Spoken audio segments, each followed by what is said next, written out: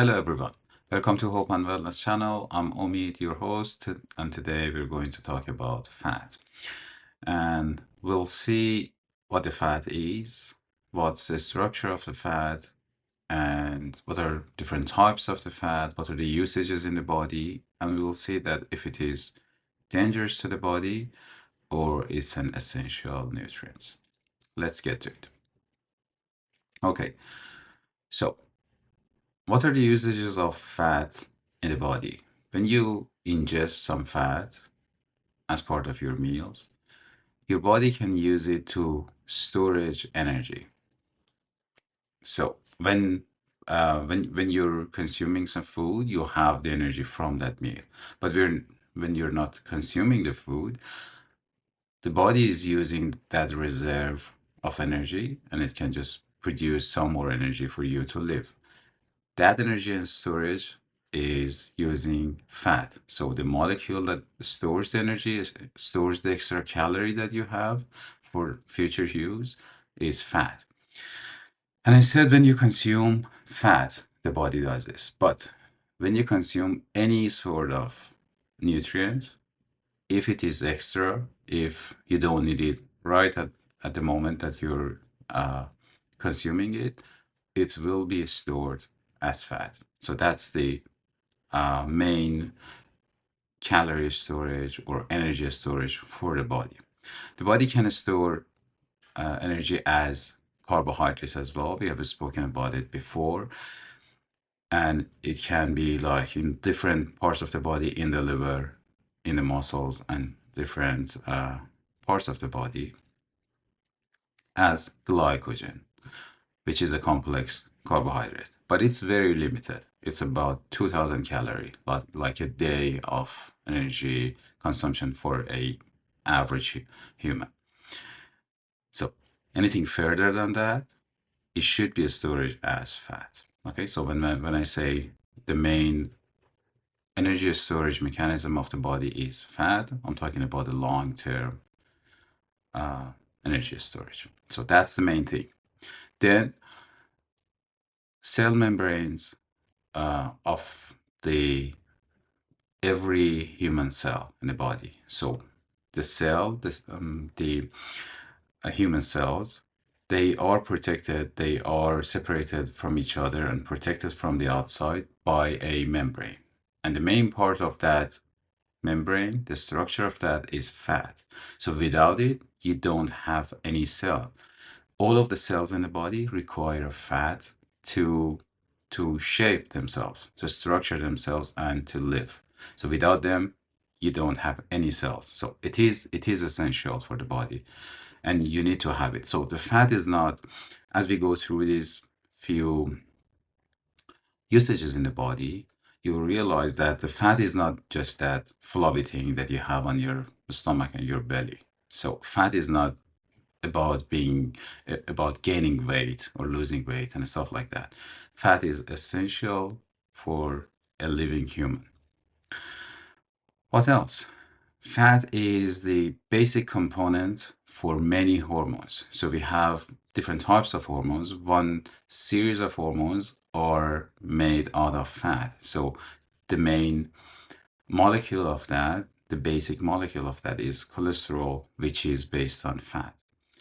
So without them, you won't have many of these hormones like testosterone or estrogens, which is a group of hormone, a lot of them. But many different hormones. We'll talk about it in a few moments. So without fat, without consuming fat, you won't have those hormones as well, which is essential to health, to human health. Without fat, you won't have proper absorption of many nutrients like fat-soluble vitamins. There are vitamins, for example, in that you need to live, you need to be healthy, like vitamin A, K, E, and D, which is very important. All of them are very important to the health, and they are fat soluble. So without consuming fat, you you don't have any other way to consume them, and you don't have any other way to extract them from the food. So you need to have the fat so your body starts to excrete some enzymes to extract the fat, to break down the fat, and then at that stage you will have access to the vitamins, to those nutrients and vitamins.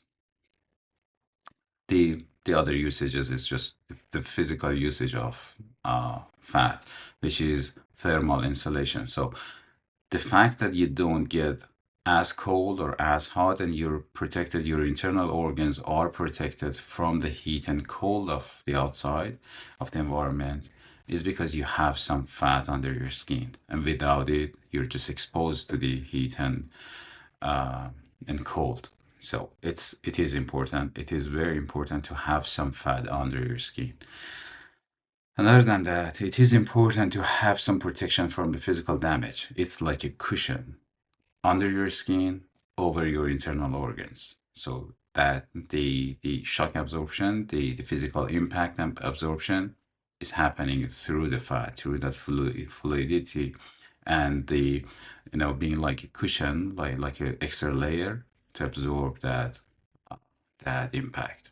So that's another thing. Next one is very important: brain function and development. So without fat, you don't have any cells in the body, because cell membrane and many other organelles inside the cell require fat for their structure. We spoke about that. But in the brain, that requirements is even higher. So the percentage of the fat that is required in the brain is much, much higher compared to the rest of the body.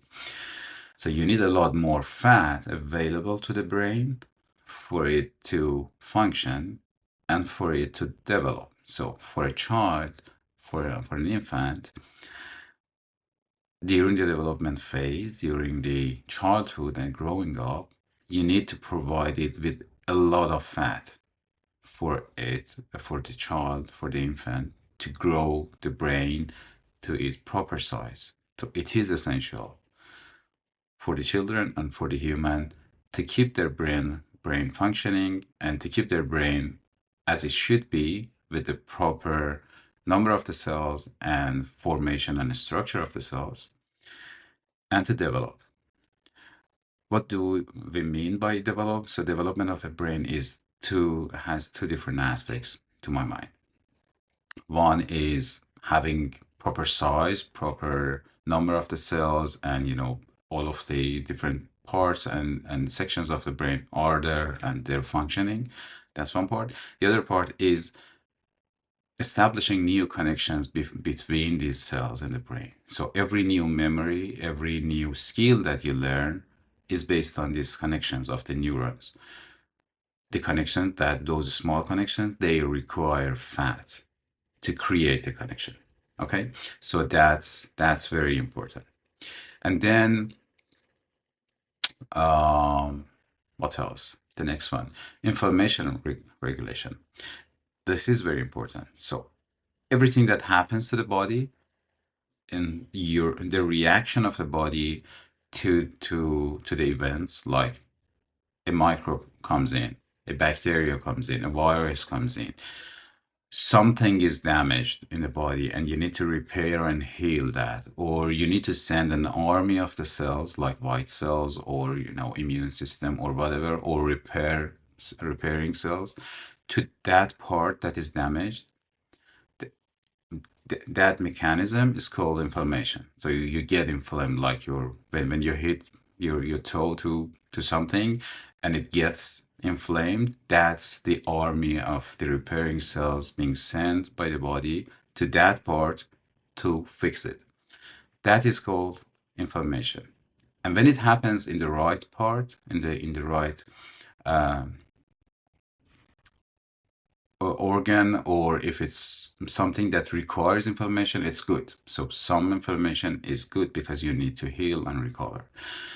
But when you have chronic inflammation, when your body is inflamed without a reason, and you're constantly are inflamed, you're constantly responding to something that is not there. So like stress, like things like that. Okay, I don't want to go to the details. We'll have other videos on that. That is bad.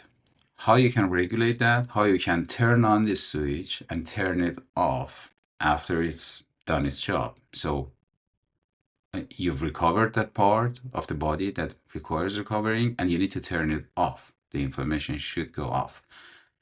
How can you do that? You need to have enough fat available to the body. Without it, the inflammation is there, and you stay inflamed, you stay in the state of stress, and it's not good.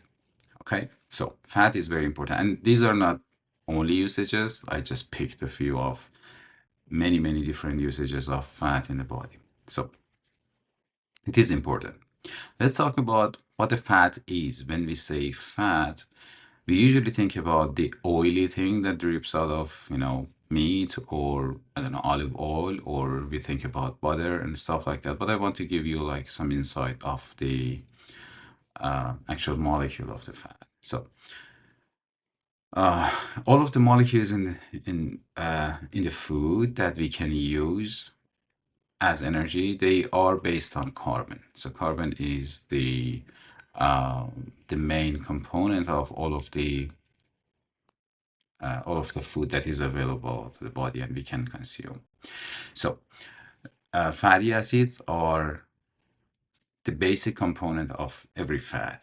So when we say fatty acid, it's like amino acid in proteins. So amino acids are basic component of protein, and fatty acids are basic component of the fat. So we're not talking about acid or being acidic or sour or stuff like that. It's the name of this. So the formation of the molecule is like that. So we call it fatty acid. So the first on the top of the screen, if you're watching this, on the top of the screen, you see that long chain of carbons filled with, surrounded with hydrogen and oxygen. That is a fatty acid. So it's very straight in the top one. And so the, a lot of those molecules together, it forms a bigger molecule, which is the thing that we eat, we ingest, and we see, and we can touch. Okay, so that's one molecule of the fatty acids. Okay, so you have heard this term of triglyceride. Okay, so what is that? So the molecule, the available form of the fat that the body can use, and you can transport it, you can digest it, or you can transport it inside the body, is in form of triglyceride. What does that mean? It means that there are three fatty acids connected together with a glycerol molecule. Okay, so the one that you see then at the second row, the one that you see at the very end, it has a glycerol molecule attached to it. So when you have three different, excuse me, fatty acids connected to each other with a glycerol, we call it triglyceride. Okay, so that's a fat that you can send it from one part of the body to the other part of the body, or you can ingest it, or you can store it. Okay, so that's the form that we can use.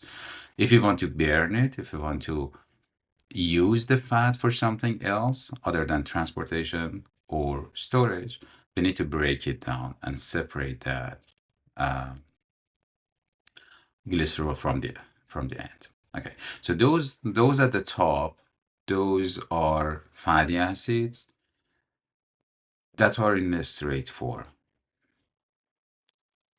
This is very important. I need you to please pay attention to this part. So those straight ones, those are saturated fats, saturated fatty acids.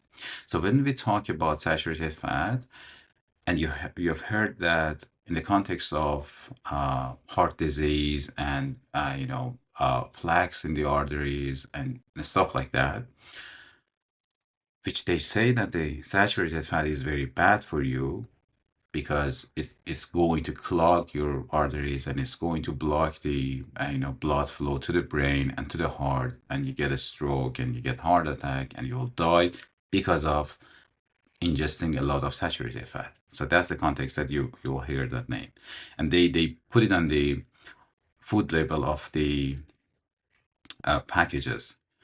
They put that how much saturated fat it has or not. So if it has lower saturated fat, it is better. So they're advertising that fact. Okay.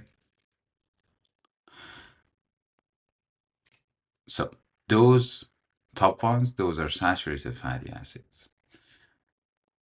The next one, third row, the one that has a curve shape to it, that is a unsaturated fat.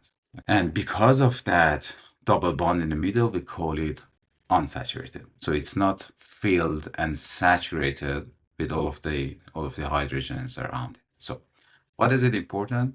Well, what is the main point of this? Why I'm explaining to you is that the unsaturated fats, like the one that you see, that curvy thing, that makes the fat to be liquid. So olive oil or any other fat that you see, like canola oil, all of those seed oils that you see in the market, they are unsaturated fat. And those ones that at the top, saturated fats, they are like butter, ghee, lard, tallow, those kind of things, animal fat, fat connected to the meat. Those are saturated fats. So those are solid. Why is that? Because of the shape of the molecule. So when you want to stack them on top of each other, those fatty acids that are straight, that are saturated, they can just attach to each other very closely, and they can just there is no space between them. The ones that are curvy, like the unsaturated fat in the third row, those are uh, what do you call uh, those require more space in between them, and that extra space gives it liquidity. Okay, so the more liquid that you have, the more the more shapeable that you have in the fat, it is more unsaturated. So this particular one on the screen, it does have, as you can see, it does have just one double bond in between. So it's called mono unsaturated fat. So when you hear in the rest of this video or outside in other contexts, you hear mono unsaturated fat, it's very helpful for the body and it's healthy and stuff like that. We're talking about this type of molecule. We're talking about a liquid fat that you can ingest, and it is this way. Okay. There is another fact that you need to know. So, what is that? That double bond in between that you see, which makes the molecule curvy and makes it to be not straight, it is very prone to oxidation. What does that mean? It means that uh, the molecule can be, this fatty acid can be oxidized. So when you introduce some oxygen to it or some heat or some light, there are other oxygens, there are other atoms of oxygen that can come in and replace those that double bond with oxygen. So they create something new, which is not the fatty acid. It's an oxidized fatty acid, which is inflammatory to the body. We talked about that. So it creates inflammation without no reason. So you didn't hit your toe to something. You have just ingested some fatty acid, but it is oxidized because it's easily gets oxidized because of that double bond. And your body thinks that, okay, I need to start some reaction to this and I need to start get inflamed. Okay. So that's another fact about this. So that's one part. The other part is if you look at that double bond, the shape of that, the formation of the molecule, and compare it with the very bottom one, the fourth one, you see that one of the hydrogen atoms, it is flipped and it's at the bottom. Okay, so it's a different form. This last one is called trans fat.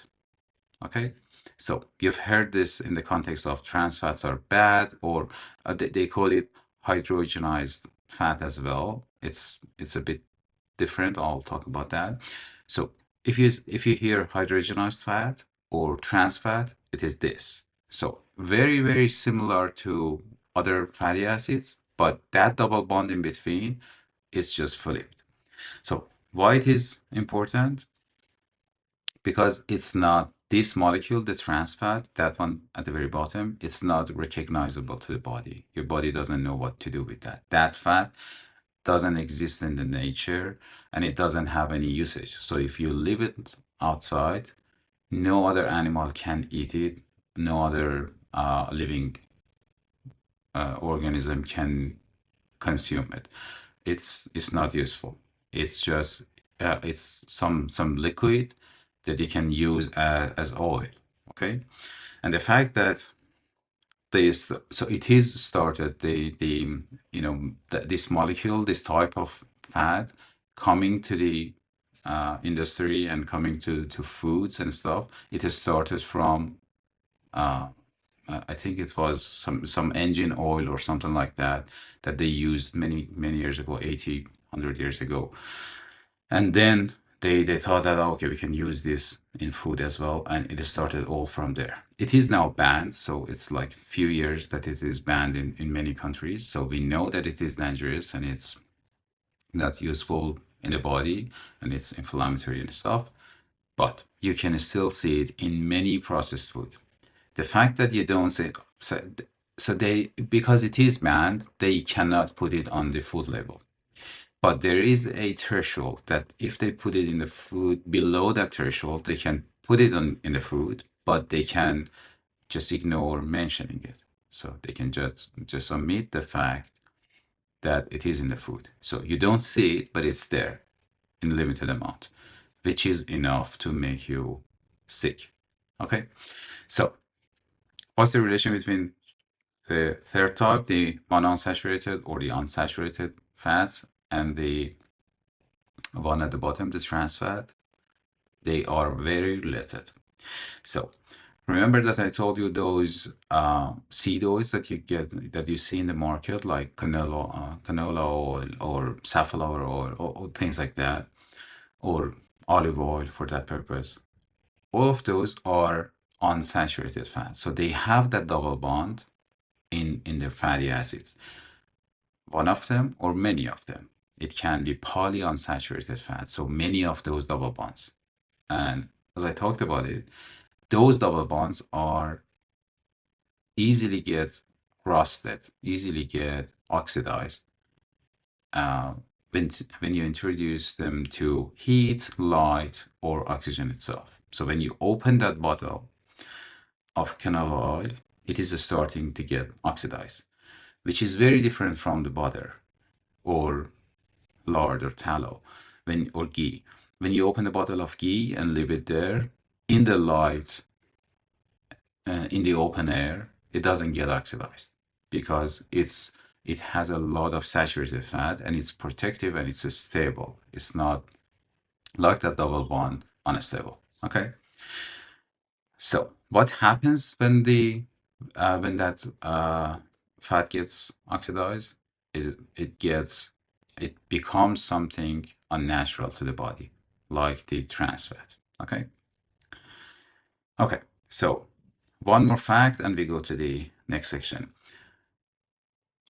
Why do they use that trans fat in the food? So what was important about it? What was very favorable that they used it? Because first of all, it's it's very stable in that form. In uh, what do I mean by that? So it's like butter. It's solid. It's not liquid. So that trans fat, because of the shape of it, if you look at it, it can form a solid form. So all of the hydrogenized fats that you can get outside, they look like butter, but they're not butter. They are trans fat. They are not digestible. So they use that. How do they create that? So they just bombard a fat with a lot of hydrogen, So that fatty acid that you see in the third row, they bombarded with a lot of hydrogen and a lot of heat under pressure. So they denature the fat, and one of the hydrogens go there and attach itself to that double bond. But some of them get attached in the incorrect direction. So they flip that double bond and they create that trans fat. So they wanted to create a saturated fat, a healthy saturated fat, but they couldn't. So in the process of that, because they are processing the oil, it is not natural. They are creating something very unnatural, very processed and ultra processed, which is harmful to the body. Okay. So if you want to consume fat, if you want to categorize the fats based on being stable and staying healthy for the body for consumption, as I explained to you, I hope that you realize that the saturated fats are the stable ones. Saturated fats are the healthy ones for the body because when you consume them, they are not easily oxidized, they are not easily rusted. Okay. And also in the body, because our body is very hot inside. If you're consuming saturated fat, when it's going to be digested and broken down in the body, in that process, it doesn't get rusted and oxidized again. Okay, so that's one part. We'll talk about these stuff a bit more. Okay, so that's the structure of the fat. Okay, so this is the um, picture that you see is three different uh, fatty acids connected to each other at the very end with a uh, glycerol molecule. Okay, so that's the triglyceride that I just talked about. Okay, so that the whole molecule that you see there is triglyceride. It's the very basic molecule that you can store or transport in the body. Okay, so let's talk about what happens in the body when you ingest some fat. Okay, so you eat some fat as part of your meal, and in your intestine, it just gets absorbed, gets extracted from the rest of the food using bile. So your liver excretes some, makes some bile, excrete it, it gets concentrated in your gallbladder. If you have it, if you have removed it, it just goes straight to the small intestine. In the small intestine, you will have the bile, which is hitting the food and helping to extract the fat from the food. From there, the fat gets absorbed from the small intestine and comes out and gets packaged in some molecule called chylomicron. Okay, so chylomicrons are kind of like these big packages, big barrels that store a lot of triglycerides in them and start transporting them to the different parts of the body. So what's the role of them? They get the fat out of the food and they go to the lymph system. So please note that the fat doesn't go from the food, doesn't go to the blood stream and doesn't go to your arteries. Okay, so when you eat saturated fat, it doesn't go to your blood. It goes into the chylomicrons and it goes to the lymph system and it goes straight to the fat cells for storage or for oxidation. For I mean, for burning, oxidation, not roasting. Okay, so that's the first cycle. You eat fat, it gets absorbed, it gets packaged in chylomicrons, and it goes to different parts of the body in the fat cells for storage. Okay. And then when you need the fat to burn as energy in different parts of the body, your fat cells can release some of that fat and send it out. Every fat cell, as we've spoken about this in the metabolism video, before. We can go back and watch it. Every cell in the body can burn fat, other than just a couple of cell types like red blood cell, which doesn't have mitochondria. What is mitochondria? Mitochondria is a very small organelle inside each cell in the body that can produce energy. It eats fat or sugar and produces energy. Okay, some fat and some cells in the body, very limited number, like a few fat, a few cell types in the body doesn't have that mitochondria, so they cannot consume fat. Other than that, every other cell type in the body can consume fat and can burn fat. So when you need energy, your fat cells, like your belly fat, gets a command, so someone commands them to start releasing some fat, and those fats come out to the bloodstream and they go to the other cells in the body, and other cells can pick them and bring them inside and burn them as energy. Okay, so that's the that's the healthy cycle of the of ingesting some fat and burning some fat. Okay, uh, very important part to this is people say that without carbohydrates, you don't have enough energy in the body because the body requires carbohydrate to run. They're right and wrong. The right part is because, for example, your red blood cells, they require carbohydrate, they require sugar to run. You need carbohydrate, but you don't need to ingest carbohydrate. Why is that? Because if you look at that triglyceride molecule in the middle, it has a glycerol backbone. That glycerol backbone that we talked about it before, that's a sugar. That's the thing that the body can use to create new sugar and send it in the bloodstream. So when you're releasing fat and sending fat to the rest of the body, that glycerol that you're taking out of the molecule to release the fatty acids to burn it, that is sugar. So that's the sugar that you can make available to the rest of body cells that require sugar. Okay, so by storing fat, you're storing both sugar and fat. And by releasing fat, you're making available both fat as fuel for the whole body and sugar for some cells that require sugar. Okay, that's that. Okay, and let's say that you don't have enough fat available. So the speed and the rate that you can release fat from your fat cells is not enough for the amount of energy that you need for the moment. Your body can create new fat from scratch. And it's like from every other thing that your body can do and create. It's for many of them, it happens in the liver.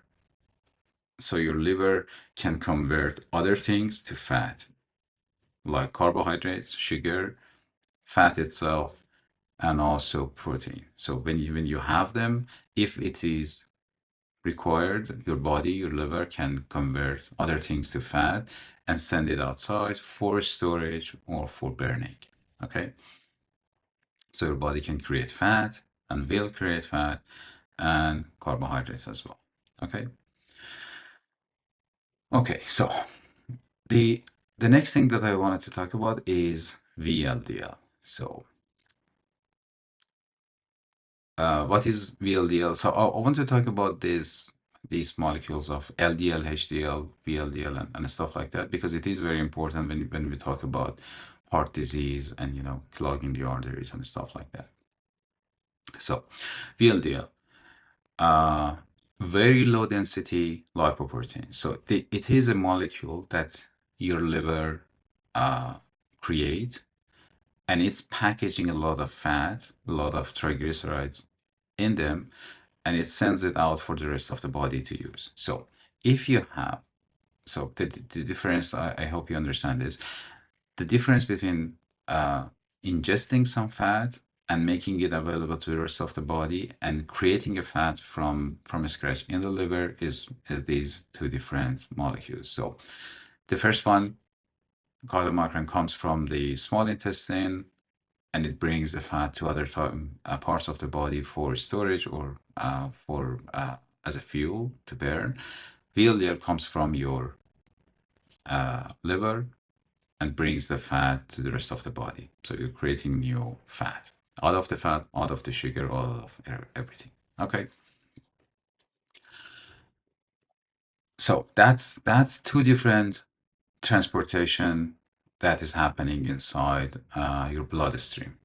Sorry, the first one is in the lymph system, and the second one in the bloodstream.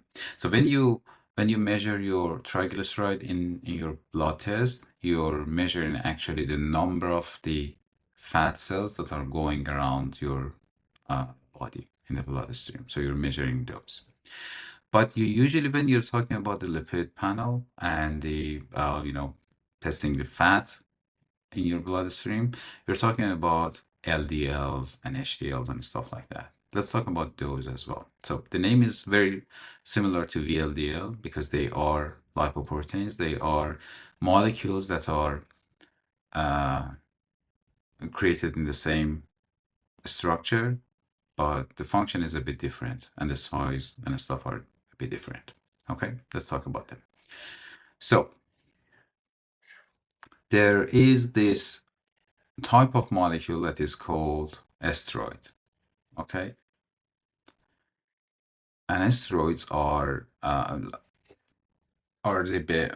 this group of molecule that do many different things, many different healthy and useful and essential things to the body.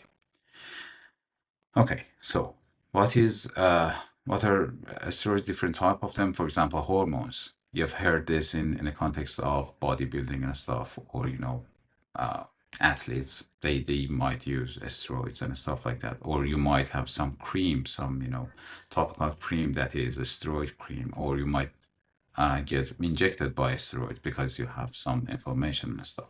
So this is the same thing. This is the same category of things. So some hormones are steroid hormones, like testosterone, like estrogens, like cortisol. Those are uh, created in this category based on fat. So their basic molecule is fat. You need to have fat in the body to create that basic component to create the hormones.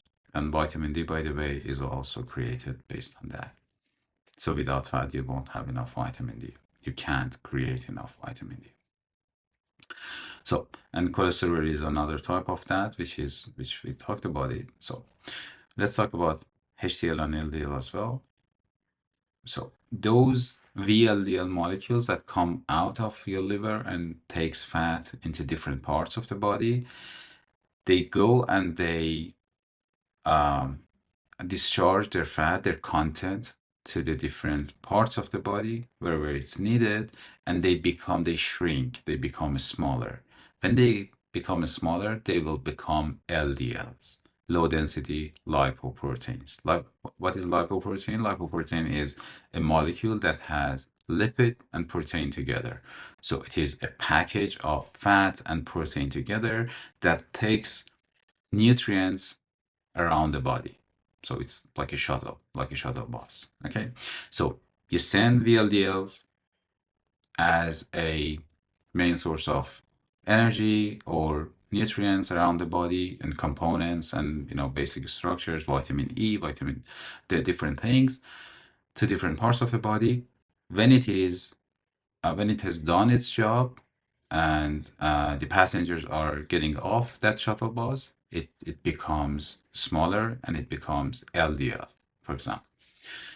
And the LDLs come back to the liver. The liver just uh, gets them and start to reuse them and just creates another VLDL and sends them out. Okay, so that's why you see LDL in your bloodstream, in your blood test. Guess what? if you're not consuming a lot of carbohydrate, your body is running on fat. So it's burning a lot of fat. It's in a state of ketosis, for example, keto diets, and all of those names that you hear. So you're sending a lot of fat from your fat cells to the rest of the body, from your liver to the rest of the body. VLDLs are going around the body and they're converting to LDL. So your LDL level might go up. And that's not a sign of being sick.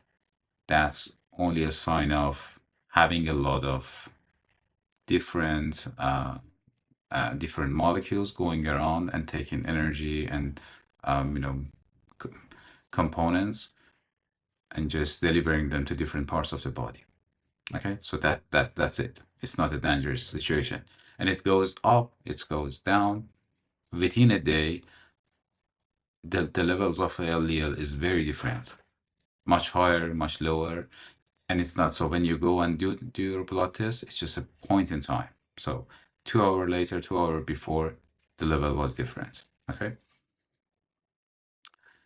and what is HDL? HDL is though HDL are lipoproteins again, high density lipoproteins, and their job is to go and gather those remaining LDLs from the bloodstream and bring them back. So that's why they call HDL is the good fat, like the good cholesterol, and LDL is the bad one because LDL is a smaller, HDL is just gathering them around and it's much bigger. So we'll talk about that in a moment. Okay.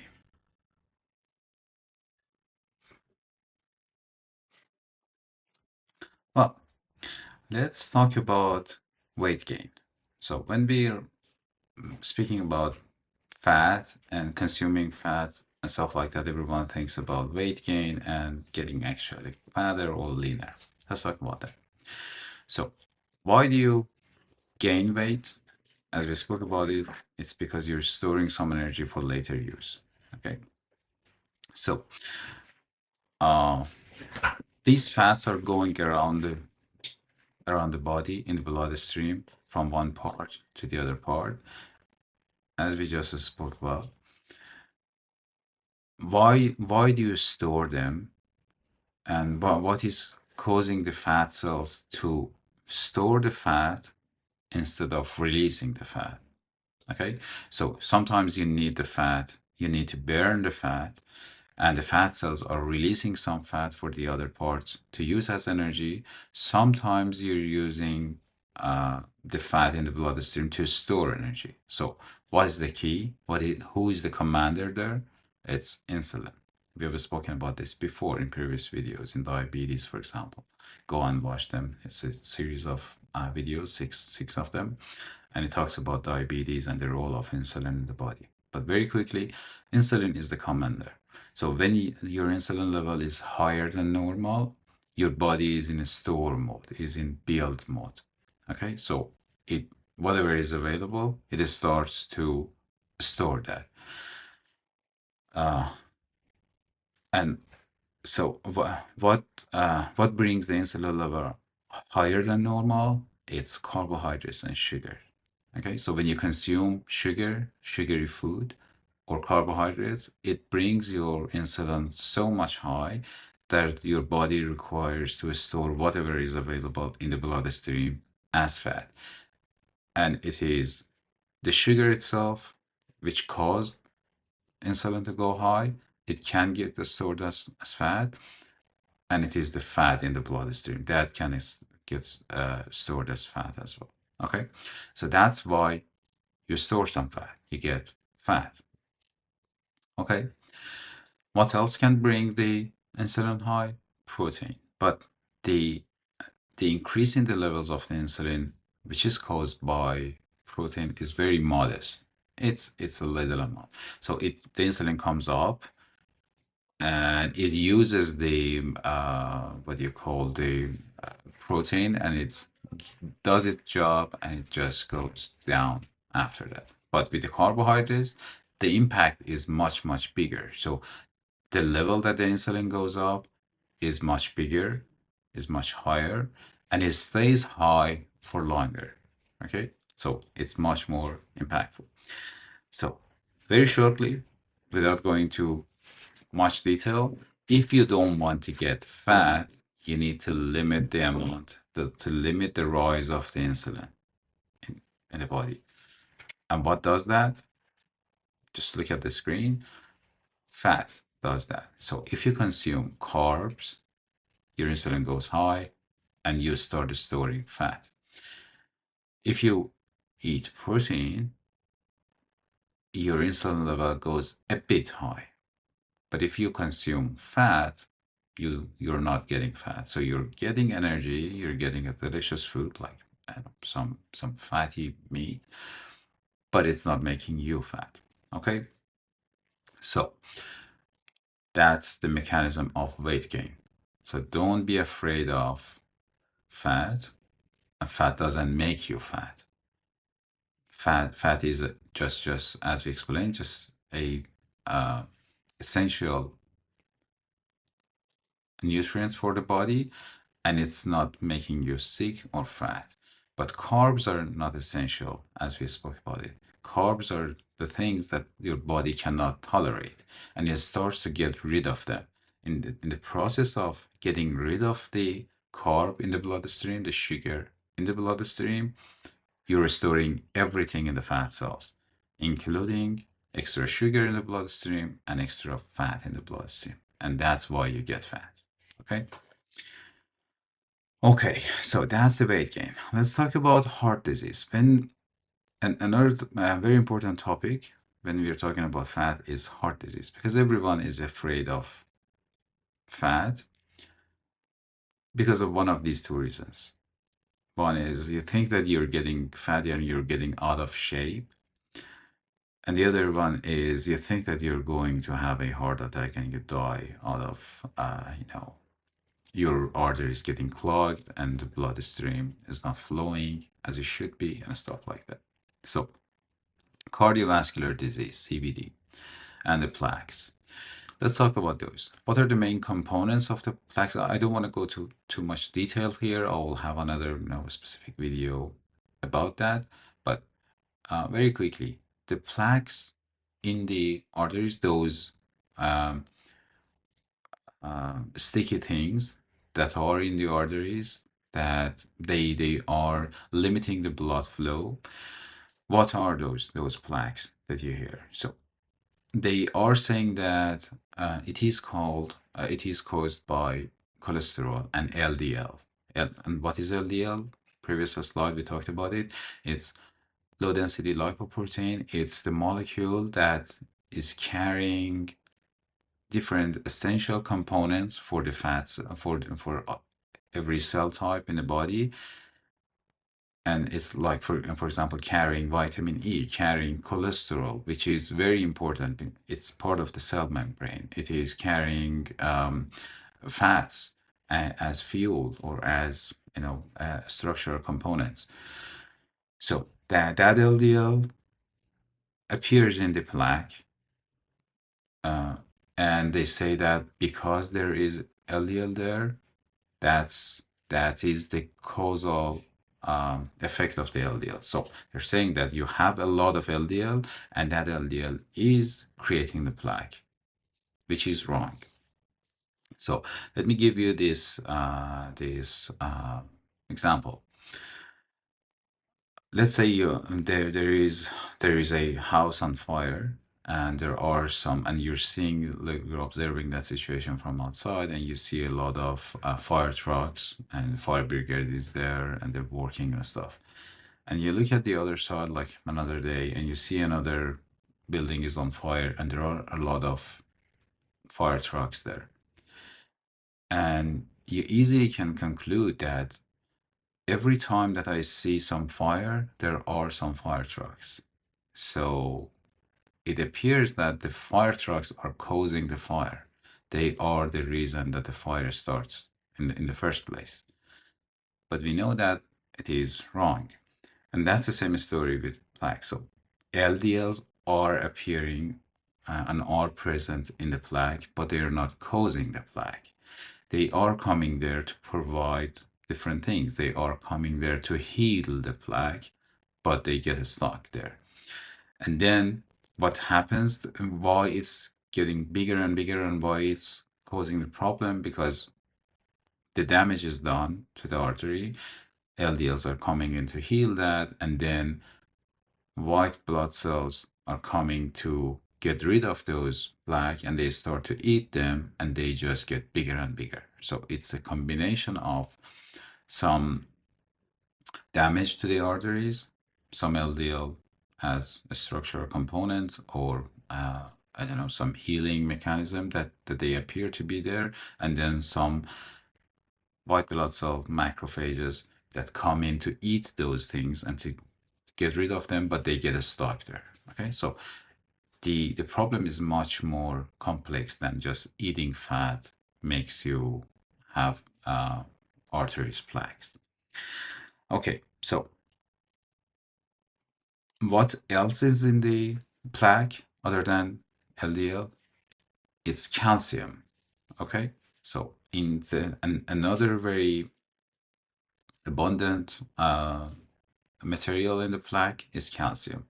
So you have calcium plaques, and it can be soft, it can be hard. The hard ones are stable ones. When you have hard plaques, they usually don't change, and they're kind of safe and stable. When you have soft plaque, they can just grow, and they are unstable. They can burst and stuff like that. So what do you need to do for both of these situations, for the calcium for the calcium and for to get rid of this whole situation of starting the plaque? What you can do for the calcium, you need to have vitamin D. So vitamin D3 is the commanding officer that tells the body to get rid of the calcium from the arteries, from the bloodstream, and take them out from the food to the bloodstream. And then you will have vitamin K2 to take the calcium out of the bloodstream and take them to wherever they are needed, in the cells as a electrolyte, or in the bones as a storage and stuff, as a structural component.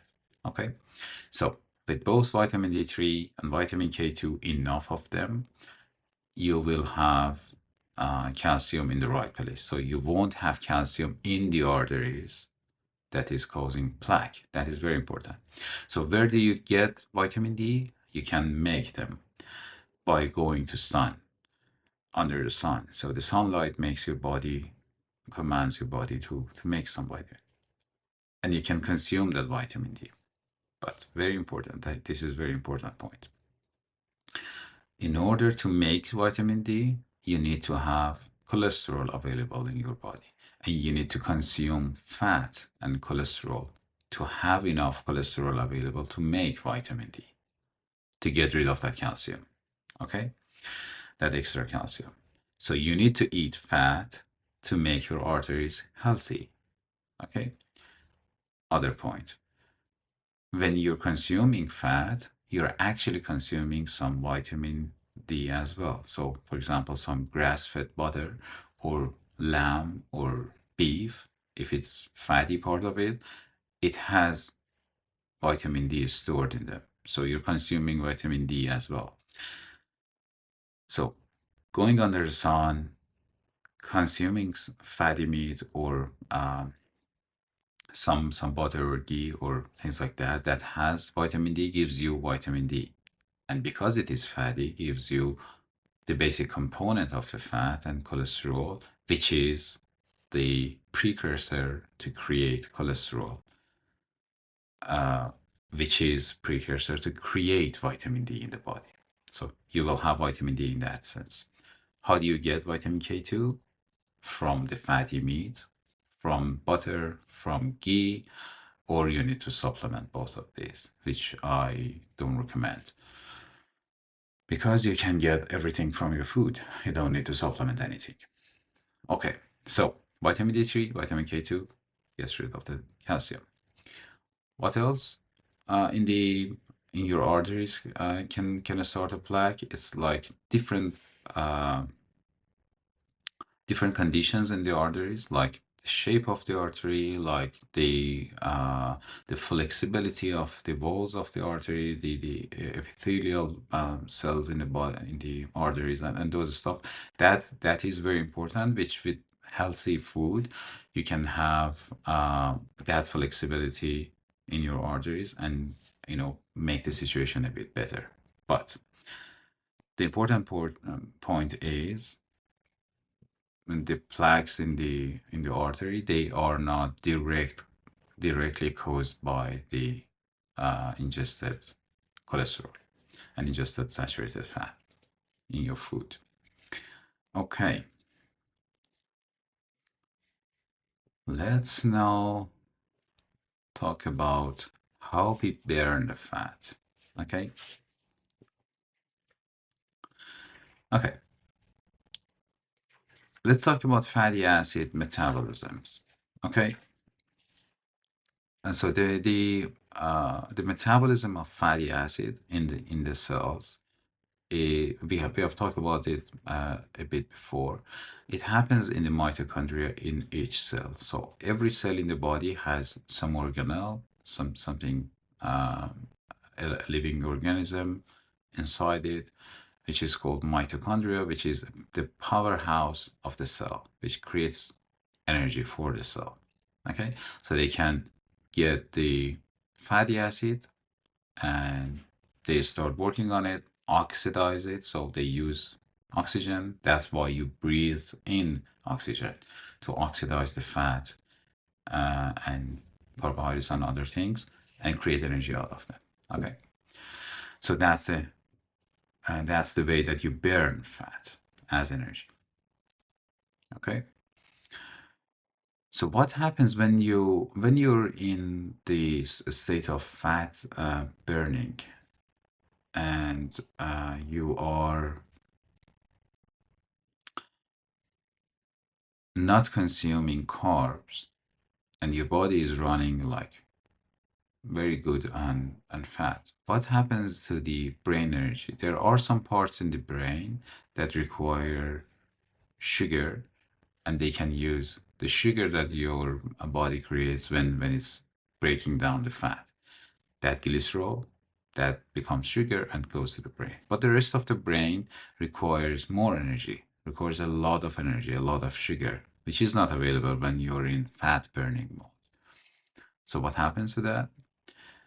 When you're, this is a new topic that we're opening here. When you're in a state of fat burning and you're burning a lot of fat in the body, the first thing that uh, your liver does is consuming the fat as energy for itself.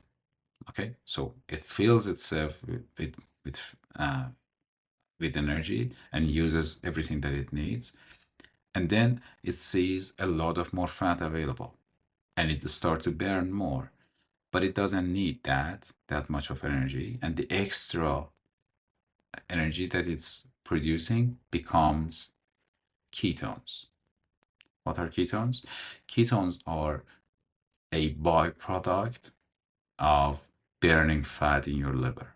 Okay, so when you're burning fat in your liver, it it creates something other than energy for itself. It creates something extra, which is called ketones, ketone bodies, BHBs, beta hydroxybutyrates. Okay, so those molecules are fuel for the rest of the body. So other than the fatty acids themselves that can be burned in every cell in the body, there are some other molecules produced by your liver called ketones that are fuel for the rest of the body. So ketones are fuels. Your liver creates a new fuel and makes it available. And guess what? Your brain loves ketones.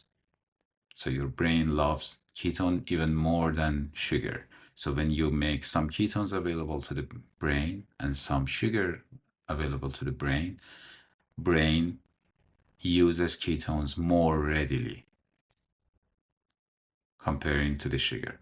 So ketone is the brain food. Okay, so when you're in a state that you haven't consumed a lot of carbohydrates. So your insulin level is low. So your fat cells are releasing some fat. After a while, that your liver has used a lot of fat and starts to producing energy more than it needs, more than it requires itself, it produces some ketone for you. And you can measure that ketone in your blood level. And then that ketone becomes the fuel for the rest of the body and the main source of fuel for your brain. That's why when you don't consume carbs, you have more clarity in your brain. You have more brain power. You have your brain functioning better. And ketones are fuel. That's one part. Ketones are also signaling molecules. So ketones are like a hormone. Okay, so they are sending signals to different parts of the body. So they go to the cells and they tell those mitochondria, those powerhouses, to regenerate themselves, to create more of themselves. So all of the cells of your body starts to create more powerhouses. That's why you feel more energy. That's why you feel more active, brighter when you are in a state of ketosis, when you're in a state of fat burning, because you have more mitochondria, more powerhouses, and you have more, not also fat available as burning fuel, but also ketones available. Okay. And those signaling molecules, those ketones, they do different signals. They have many different effects. So that's just one of the effects. That's very cool. I wanted to mention that because we're talking about energy and brain and stuff like that. I wanted you to make sure that the fat is so essential, so helpful, and the body has different mechanisms to use the fat in its basic form, like fatty acid, or as it's in the form of its byproducts created by the liver called ketones for energy or for signaling. Okay. Okay. What else your liver does? Your liver can break down the fat and create glucose as well. We talked about that. So it can just detach that, what do you call, glycerol from the backbone of the fatty acids, the triglyceride, and create new glucose for you and make the required available required a level of the glucose in the body. So it maintains that level by breaking down some fat. And another byproduct of breaking down of fat in the fat cells, in the body cells, all of the body cells that are burning fat, is water. So when you're storing your fat, you're storing a molecule as energy. When you're breaking down, the the outcome of that breakdown is energy, is some sugar, and also water. Okay, so that that's the way that your body lives. That's the way that you prepare your body for a long time of not eating. You have energy, you have water available, and you have vitamins stored in your fat cells like vitamin D, A, K, D. All of those are fat soluble vitamins. And then you will have water available as well, some water. Okay.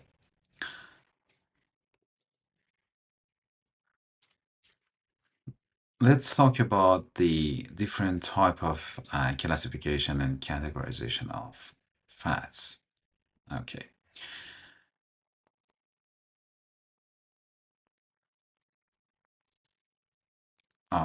Before that, let's first talk about the differences between animal fat, animal cholesterols that we eat, like butter, ghee, or fatty meat and stuff. The cholesterol that we get from that we're very afraid. They say that you need to be afraid of that because you get heart attack. And then plant oil, plant fat, plant sterols. So that's some plants don't have cholesterol, they have esterol, they have plant sterols, which they say that it is healthy because you need to eat a lot of olive oil or canola oil or seed oils, and those are heart healthy and stuff like that. Okay, so let's talk about that and see what are their difference. So the chemical structure is different. The one that we make and we digest, it has 27 carbon. The one that plants have has 28, 29 carbons. Absorption percentage in the gut, in your uh, digestive tract, when you eat animal fat is 30% to 60%. When you eat plant fats, it's 2%. Okay? So you're not absorbing any. So why are you eating that? So you're eating something that you don't need. We have spoken about this, about fiber as well in previous in the carb series. Uh, so you're ingesting something that you don't need it, that it doesn't get absorbed and it doesn't get used in the body. Plant sterols are the same as fiber. They're not usable to the body. How can they be healthy to you if they're not absorbed, if they're not being used? Only less than 2% of that gets absorbed in the body. Other than the rest, it just goes out. You don't use it. Blood level. Okay. So how much of that dietary cholesterol from animal that you eat becomes available in the blood level? 200 to 240 milligram per deciliter. So it comes to the bloodstream, it goes in other places, and it gets used. Plant sterol, it doesn't come to the bloodstream. It's less than 1 milligram. Okay, that's why when you eat those kind of fat, you don't see them in your blood because it doesn't come. It doesn't come in. It doesn't get absorbed. Okay, it doesn't mean that they're not that they're healthy or not. They're not coming in. It's not like you're eating something that is not recognizable to your body. Okay, so what do we use the animal fat that we eat? It's precursor to bile, which is a very important enzyme that you need to digest your food. It's precursor to hormones, a lot of steroid hormones like testosterone, estrogens, uh, cortisol, and other hormones in that family. And it's precursor to vitamin D, which does more than 700 different things in the body. Okay, and many other things. This is just a few examples. What's the usages of plant sterols that you get in all of the seed oils, and they call it vegetable oils, but it's wrong. They are seed oils. And other type of whatever uh, plant oil that you see is out there, there is no usage. There is no usage in the body. So you cannot use that.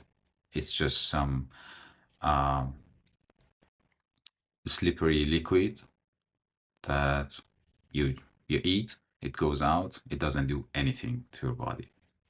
Okay? But it does a very bad thing. It's this is very important.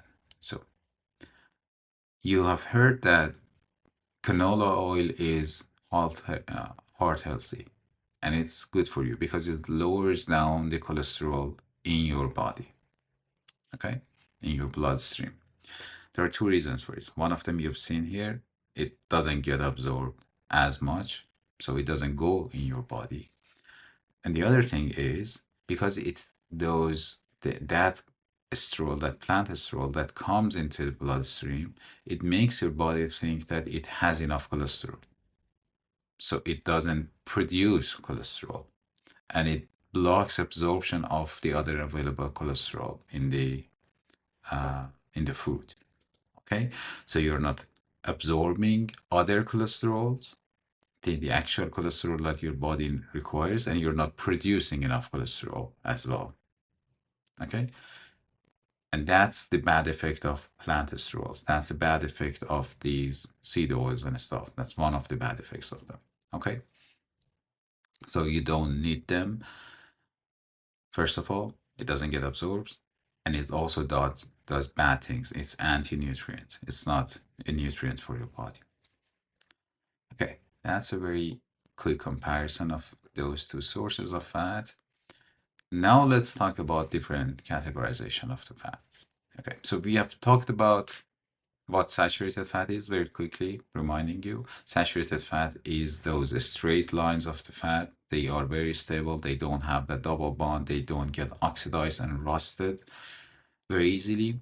They are solid in the room temperature, and they are stable. So if you open that bottle of ghee and leave it in the light, it stays sort of solid and it doesn't get rusted. It's still healthy. But if you open that bottle of canola oil, first of all, it is rusted when it is in shelf. Even in the closed package, it's already oxidized. They have done tests before, and they have done researches on many famous brands, and all of these things are already oxidized when they are packaged. The very process of creating these oils, they cause oxidation. So they heat those seeds so much, and they put them under a lot of pressure to make that oil, and they use a lot of solvents and chemicals and stuff and other stuff to extract this oil. That the oil that comes out is already oxidized, it's already denatured, so it is oxidized. But when you have them in home and you open them, when they uh, when they see some oxygen available, they get easily oxidized because of that double bond. So and they are liquid in the room temperature. So every oil, every fat that you have in home that is liquid, it's a unsaturated fat, and you need to know that it is easily oxidized and it's easily gets um, rusted and unhealthier. Okay, so two types of unsaturated fats, monounsaturated and polyunsaturated. So if they have one double bond, they are monounsaturated. If they have multiple double bonds, they are polyunsaturated. So they are even more prone to oxidation. They are more readily to get oxidized and rusted and denatured. Okay, and then we have trans fats, the ones that had that flipped double bond. That is not, so that trans fat is not recognizable to the body. We cannot consume them. It's like a poison to the body. We don't know what to do with that. We just get poisoned by it. So we don't need any of that. Other type, so the rest of this categorization are a bit different. So it's not based on the being saturated or unsaturated, having double bonds or not, being stable or not. These are the rest are based on the length of the chain of the carbons that you saw. If you go back to the very beginning of the video, I showed you a chain, a fatty acid that was a chain of carbons and hydrogens and stuff. If that chain is shorter, we call them short chain fatty acids. If it's like medium length, we call them medium chain, and if it's very long, we call them long chain fatty acids. And the long chain fatty acid, they are they are the best ones for the body to consume and to store. Okay, so those are the best ones. So saturated fats, saturated long chain fatty acids are the best ones to consume and best ones for the body to burn and store. So those are the best fats for the body. What are the worst ones? Polyunsaturated. The trans fat, I won't talk about it because it's a poison. It's not a food. You don't need to eat it. You shouldn't eat that. So when you see trans fat on a food label, which you shouldn't see because it's banned. But if you see it, don't eat that food. But bear in mind that all of the processed food, biscuits, cookies, or anything that has long shelf life and stuff like that, they usually have trans fats. They don't put it in the food label usually because they are below that threshold that they need to disclose that fact. But they usually have. So don't eat processed food. Again, another reason to not consume any processed food, any ultra processed food in your diet. So I won't talk about trans fat, but between the rest of them that are sort of digestible to the body, the worst one are polyunsaturated fat. Okay, so where you can get them, you can get them in many different foods. But there are some healthy ones, essential ones, if you want to call that, and some unhealthy ones. So, for example, you've heard of omega-3 and omega-6s. What are those? Those are polyunsaturated fats. So they have more double bonds in their chemical structure. They are very unstable, and but the double bond in their chemical structure is located at a certain chain, certain link in the chain, and they call it omega-3 or omega-6. It's the first double bond is located at the sixth molecule, at the sixth atom in that chain. Okay. So what are those? So the usage they have a specific usage. Those omega-3s they're called DHA and EPA. If you look at the first line in the polyunsaturated fat, you see that, for example, DHA and EPA, they are used for the brain structure and they are used for inflammation control in the body. But you don't need much of that. What is the best source of polyunsaturated fat? If not polyunsaturated fat, just omega-3s that you require in your diet. What is the best source of that? You can get fatty fish like salmon. That's an example. You can get grass-fed butter. It has some. And then you have plants. This is a very important point. So they are saying that you can have flaxseed or walnuts or chia seed, and you can get the polyunsaturated fat that you require. There are 2 points here. One is because omega-3s are important for human health, but a limited amount of them. Because omega-3s are good, it doesn't mean that every polyunsaturated fat is good. And we talked about that. Polyunsaturated fats are unstable and they get oxidized and they are unhealthy in the body, in the bottle, in the shelf. Okay. And we talked about different sources of the fat coming to our diet, like plant fats and animal fats. And we realized that plant fats are not usable to the body and they are actually harmful. Now look at the flaxseed, walnut, and chia seed. The type of fat that is available, the type of polyunsaturated fat that is available in them is alpha linolenic acid, so ALA, which is not DHA or EPA. It's a different type of fat. And they say that if you consume walnut or flaxseed, because you're getting that ALA or LA, linolenic acid, your body can convert that to DHA and EPA, to the good omega-3 ones, which is incorrect because only a few percent, like single digit percentage of that fat, of that ALA, can be converted to DHA and EPA. And this conversion doesn't happen very well in our body. So again, those plants, those seeds and nuts, they are not a good source of good fats for the body. If you want to have enough omega-3s, DHA and EPA, you need to have some butter or you need to have some fatty fish or some fatty pieces of, lamb or beef. or eggs, the egg yolk, things like that. Those have good fats and they have the right type of fat and they have in a perfect amount. Okay, that's polyunsaturated. The monounsaturated ones,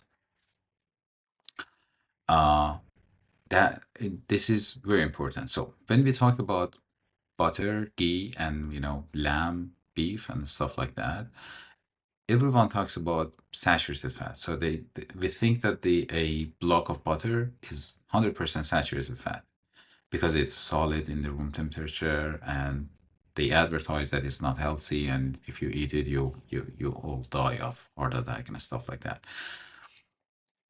But it's not correct. Almost 50% of the uh, butter is saturated fat, and the rest is monounsaturated fat, which is very healthy to the body.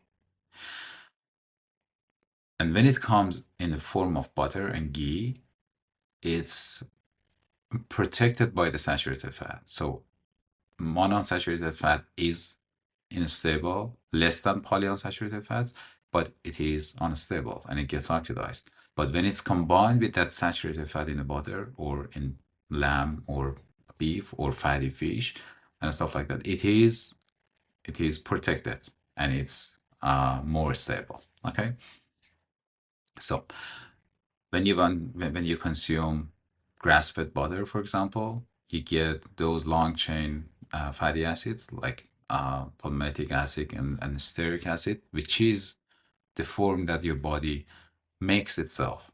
It's very recognizable to the body. It's the main form of storing the fat in the body and um, metabolizing fat in the body. So when you want to break it down, it is recognizable. When you want to create hormones out of it, when you want to create cholesterol out of it, it is very available to the body. So it has 50% of that saturated fat in the butter, and the rest is monounsaturated fat. So the rest is oleic acid, which is very, very healthy to the body. It's an 18 carbon chain of fatty acid, and it's long, it's stable, and it's healthy and recognizable to the body. So, what are the good sources of saturated fat? Grass fed butter, grass fed tallow, grass fed lamb fat, beef, uh, things like that. Whatever, what is the good sources of monounsaturated fats?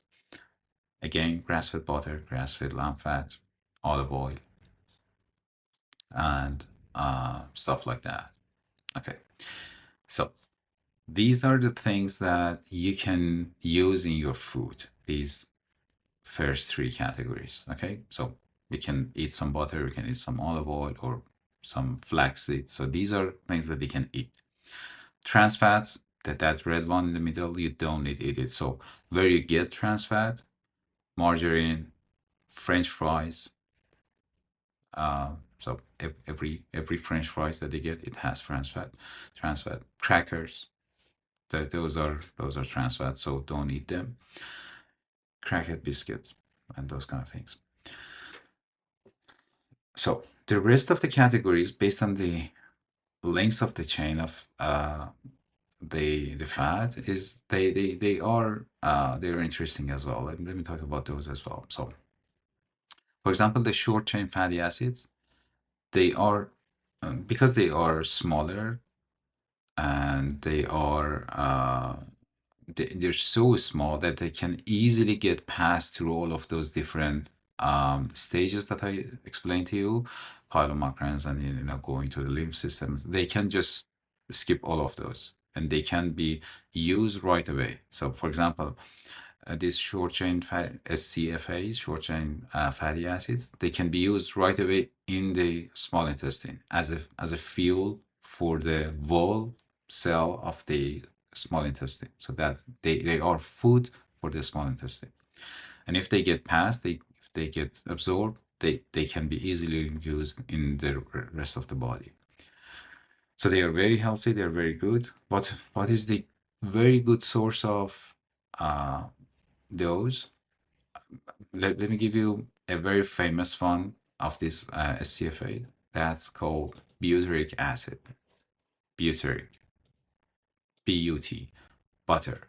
Okay, so that's come from butter. So very good source of short chain fatty acid is grass-fed butter. That's the best source that you can get. You can get them from yogurt. You can get them from cheese as well, and your body can create them as well. So if you don't eat any of these, you don't need to worry about that. That's why I place them in the bottom. You don't need to worry about these things.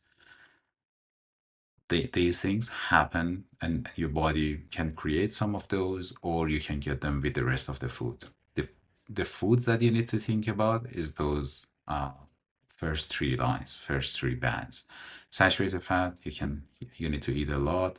Monounsaturated, you can eat a lot. Polyunsaturated, you should limit them only like grass-fed butter or salmon, fatty fish, and stuff like that. Don't go for too much of that. Trans fat, don't eat at all. The rest at the bottom, those come with the food. Okay.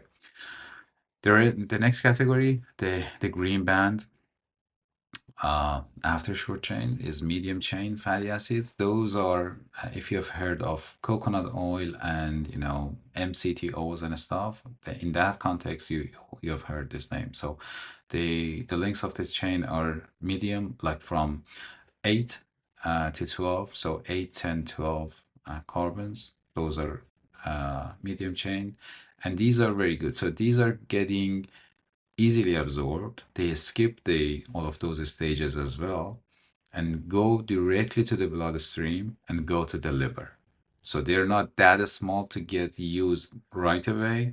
They're not that big to go to chylomicrons and lymph system. They go to the liver. And what happens to them? They create ketones right away. So if you ingest like a spoonful of MCT oil, medium chain, medium chain triglyceride. It just goes in 20 minutes, it goes to your liver and you start creating ketones for your brain. So that's a brain food. Okay. But if you ingest like coconut or coconut oil or stuff like that, they are full of these medium chain fatty acids as well. As I said, you don't need to focus on that. These are like tools, like extra things that you can add to your food, but you don't need to worry about that. Your body creates ketone readily. But if you want to force your body to create some ketones right away in 20 minutes, you can have like a spoonful of MCT oil or some coconut oil or things like that. Okay. And then the very last one, long chain fatty acids. These are like the examples that I told you above, like olive oil, oleic acid, uh, salmon that has EPA and DHA, those are long chain as well, very stable. Grass-fed lamb or butter and stuff, they have DHA and EPA and other long chain fatty acids, saturated or unsaturated as well. Very stable, very good, and healthy for you. Okay.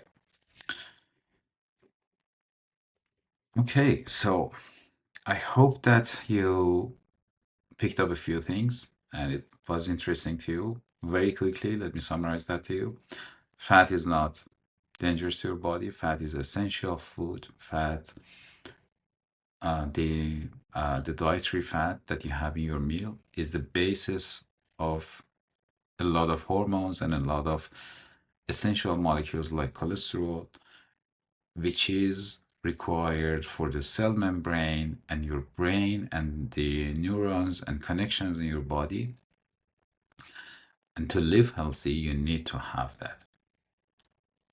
And when you are in the fat burning, every cell in your body, other than a few types, are using that fat as fuel and as a structural component. Okay. And don't worry about the sugar. Don't worry about your brain. Your brain is fine, totally, because it can use fat and ketones What are ketones? Ketones are the byproduct of burning fat in your liver, and your brain loves it. And the parts that require sugar, they can use that backbone of the fat.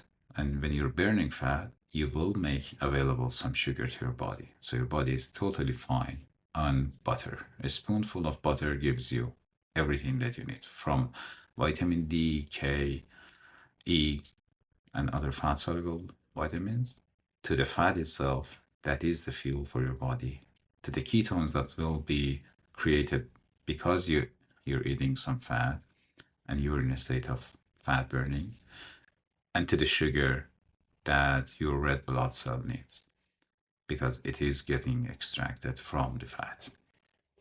Okay, I hope that uh, that is clear to you, that is not dangerous, but stay healthy, eat unprocessed food, do some workout, do exercise to make your body to use the nutrients in the right places, in right organs, and use this information as a basis of some curiosity, and read more about it. And next time that you're buying your food, just think about the food labels and different type of the fats that are available in that food to make healthier choices.